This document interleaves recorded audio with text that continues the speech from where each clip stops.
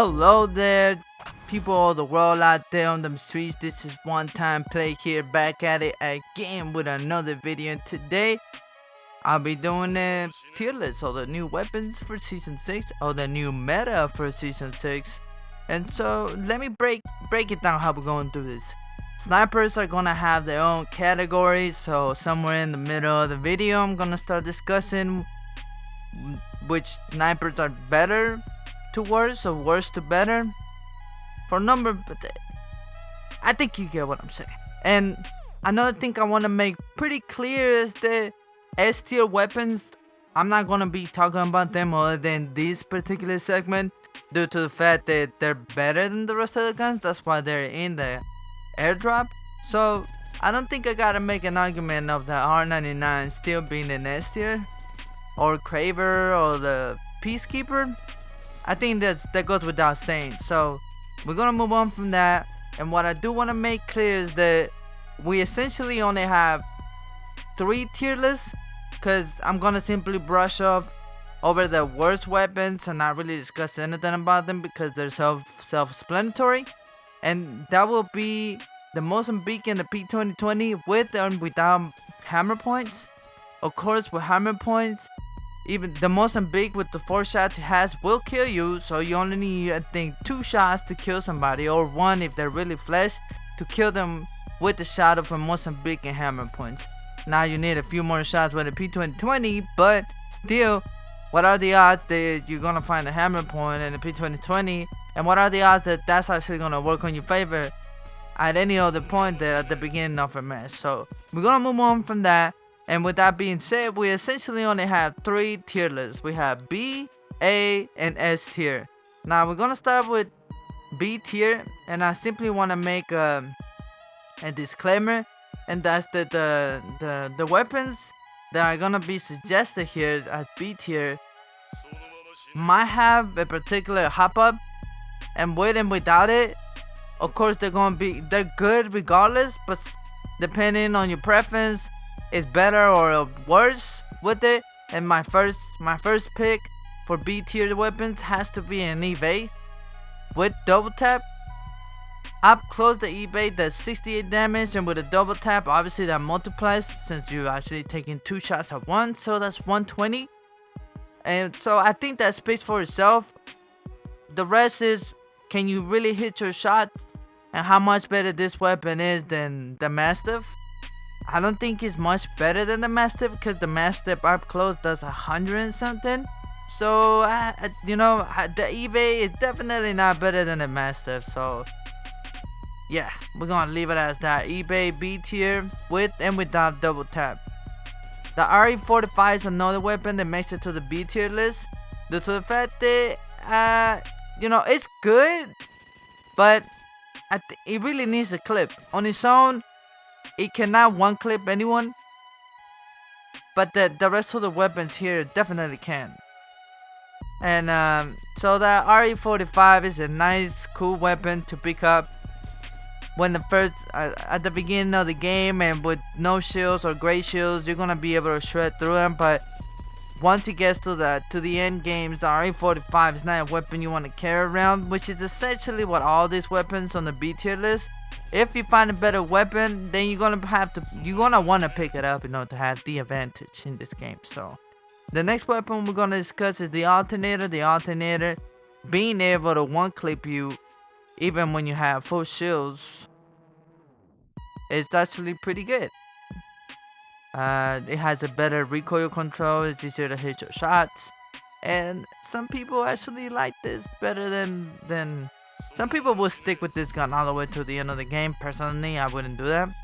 I'd much rather pick up another weapon from the tier list above than this, if I could find it, of course. But sometimes an alternator is all you got, and alternator is better than RE45. So yeah, let's just keep moving down the list, and the next one will be a G7 Scout. The G7 Scout speaks for itself.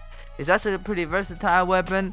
I'll suggest the G7 is a B tier with and without the hop up, the double tap. The double tap comes in handy up close, but when you start going further and further away, you do not want to put a double tap on that thing unless you got like laser beam precision sight or something along those lines, because that double tap makes the recoil on that bad boy feel kind of nasty, man. And it's pretty hard to hit consecutive shots with that thing on. So I think to make it a real solid B tier weapon, up close double tap, and then anything past mid range, even mid range, is really not something you want to use. So I'll turn off the hop up. But moving on from that, I'm thinking that L-Star makes it to B tier list due to being essentially a pretty good weapon, only up close, right? Sometimes a bit of a mid-range, a little bit closer than something than the rest of the fucking assault rifles could work. It's where the L-Star shines, and the fact that you don't have to reload it till like after 35 shots or something like that is pretty neat. So I'm not pretty fond of this weapon, so if I find something better, I'm obviously gonna drop it, and I'll probably drop it for maybe the alternator, to be honest. But that's just my personal opinion. That's just my preference. But I do think that L-Star deserves a B tier list at the least. Now we're gonna discuss. I think that pretty much makes up for all the B tier weapons in this game. Pretty much all of them. So let's just move on from B tier to A tier weapons. As a matter of fact, let's just talk about the snipers for now. The snipers. And so, well, obviously the best sniper in the game is the Kraber. Like I said, there's no point of me discussing this. If the Kraber was in the package, if the Kraber was not in the package and was a weapon you just find on the floor, it would be a bit overwhelming, without a doubt. So let's just Kraber number one. And now from that, other than heirloom weapons, I think the number one sniper has to be most likely the triple take. The triple take is the most consistent as far as I'm concerned. And at second place after that, it has to be the Sentinel. Or I think the tie with, but I think the Longbow really needs the Skull Piercer to compete with the Sentinel. If you don't have a Skull Piercer, I suggest you pick up the Sentinel, but again, that's my own personal preference. I much rather use a Sentinel than a Longbow. I don't care how much faster I can shoot with the Longbow. I feel on my hands, the Sentinel feels a lot better. Now the last sniper that I want to add here, although it does almost 100 damage to a body shot, you have to actually hit the entire shot. So even when you do hit a headshot, you do get 70 something damage if you hit that last chunk of the charge when the fire goes off. But I don't know, the charge rifle's a little iffy for me. Yeah, you might be able to trace players when they're running, but what good is that if you could hardly do any damage? So yeah, that's the charge rifle is definitely the worst sniper out of the bunch, and the triple take is the best sniper out of all of them. Now moving on to the A tier list, the 301 is definitely one of the best guns in the game. But lately I've been feeling like they did something to this gun where it just beams people. Like I'm literally beaming people. I'm not even trying. Like it doesn't feel like there's hardly any recoil with this weapon, and you can one tap people even with shields with this gun out of the get-go. So out of the drop, this gun can literally shred can one clip anyone. So I think that the 301 is the number one tier, is the number one weapon of the A tier weapons. Soon following that has to be the Wingman. The Wingman is super consistent, and you really want consistency, especially when you start ranking weapons on higher tiers. I think consistency is really what you're looking after, and the Skull Piercer delivers that. With or without a Skull Piercer, of course it's nicer to have the Skull Piercer, but don't forget the Skull Piercer only does more head damage. So doing 45 damage at whatever distance, the Wingman actually takes the consistency prize as the number one more consistent weapon in this game. So moving on from that, we got the Flatline. The Flatline this season seems to have gotten some sort of recoil management fix or tweak, where it feels like essentially it is a better weapon than it used to be. Up close, I feel like it shreds. From a distance, it shreds. So regardless of how you go about using this weapon, it's a pretty versatile gun other than further than mid fight. You don't want to use this gun to shoot from pretty far distances. You're hardly gonna hit any of your shots.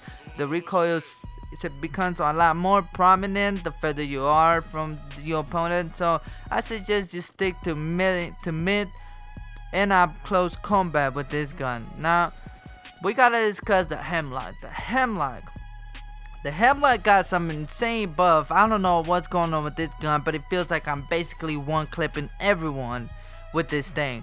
And what I really want to say and emphasize about this gun is that the further you are, the better this gun is, due to the fact that the jump it takes when you first take the shot jumps so high depending on how far you are from your opponent that you actually hit 2 of your shots as headshots, which is ridiculous. Now, what I do want to make very clear is that when you're up close, this doesn't seem to happen because the jump is not as drastic. So I suggest you stick with using this gun from further distances. I think mid-range is really a sweet spot, but the fact that it shreds so amazingly quick, and it makes it really a one pony trick. Other than a single fire, obviously a single fire is insane.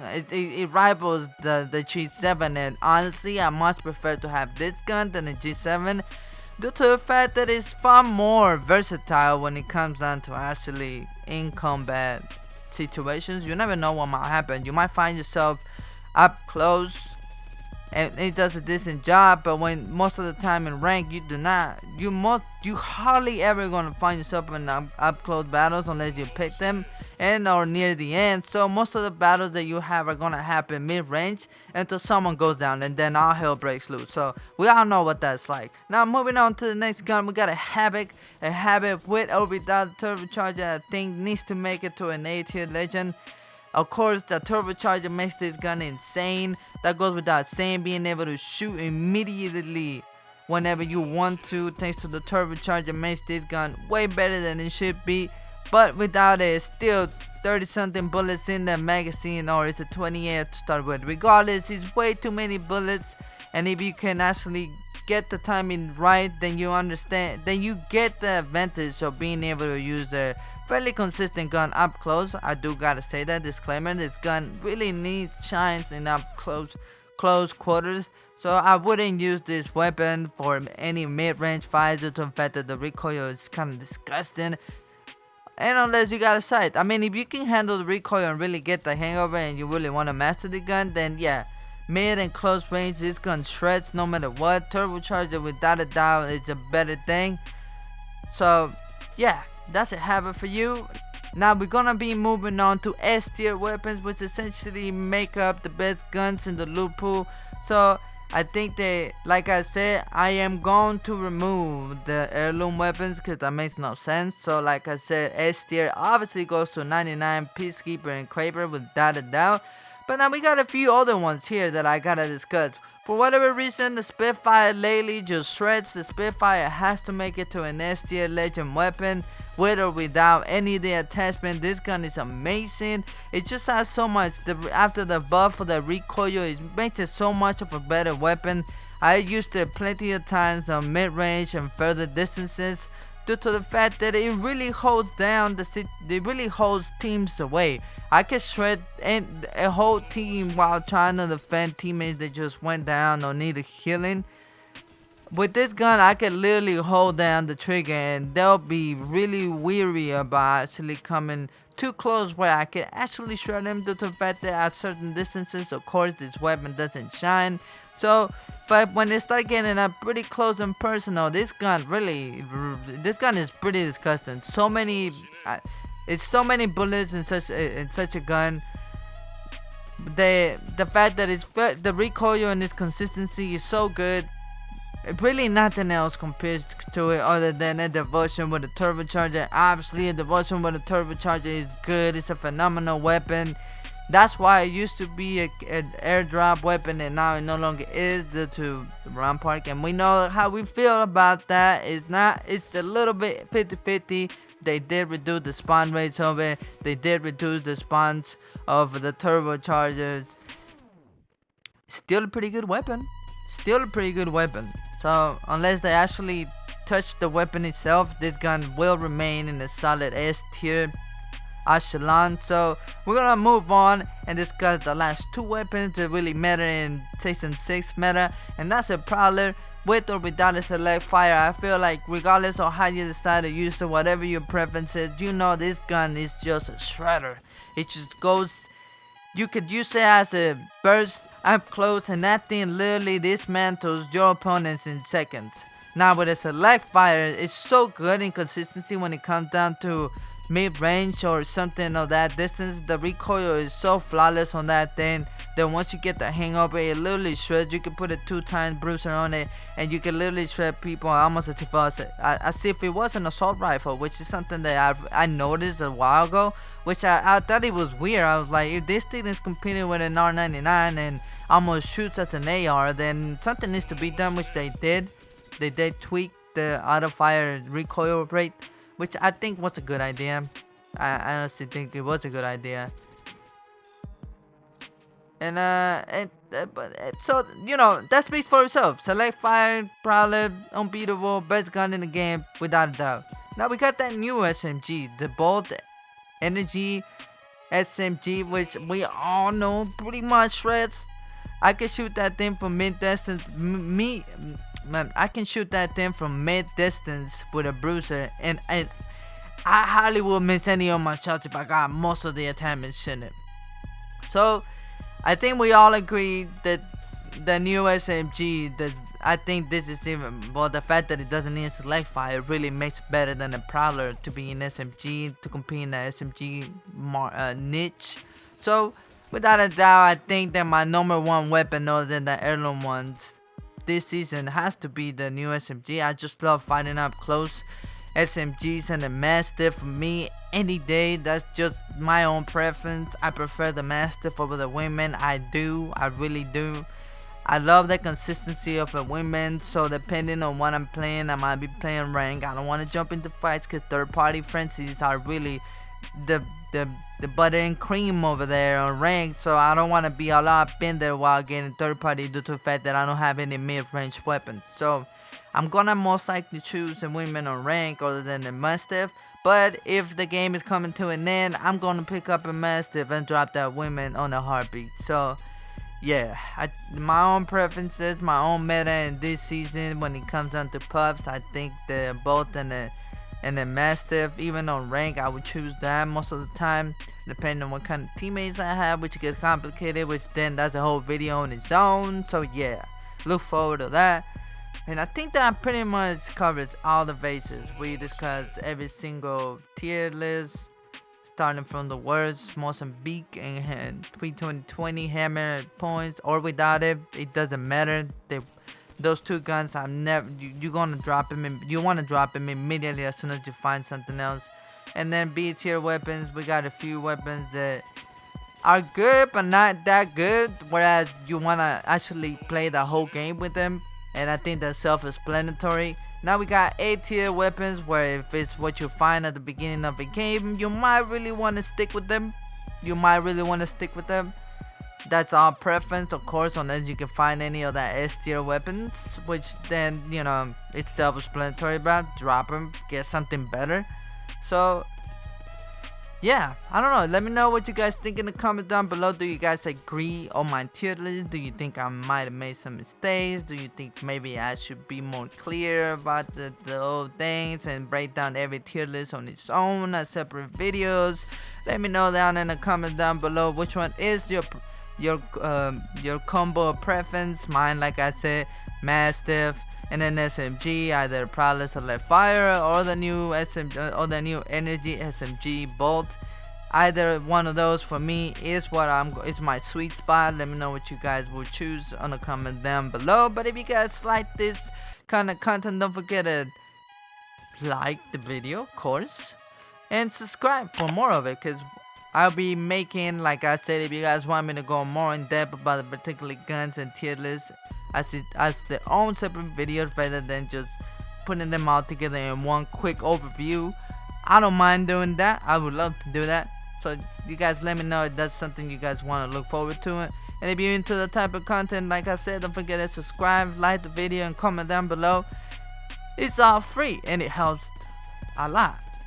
The channel wouldn't do as good as it's doing so far if it wasn't for all of you guys interacting with it, which is fantastic, and I thank you so much for that. Thank you so much for reaching the end of the video with me. This is One Time Play here, signing out. Peace.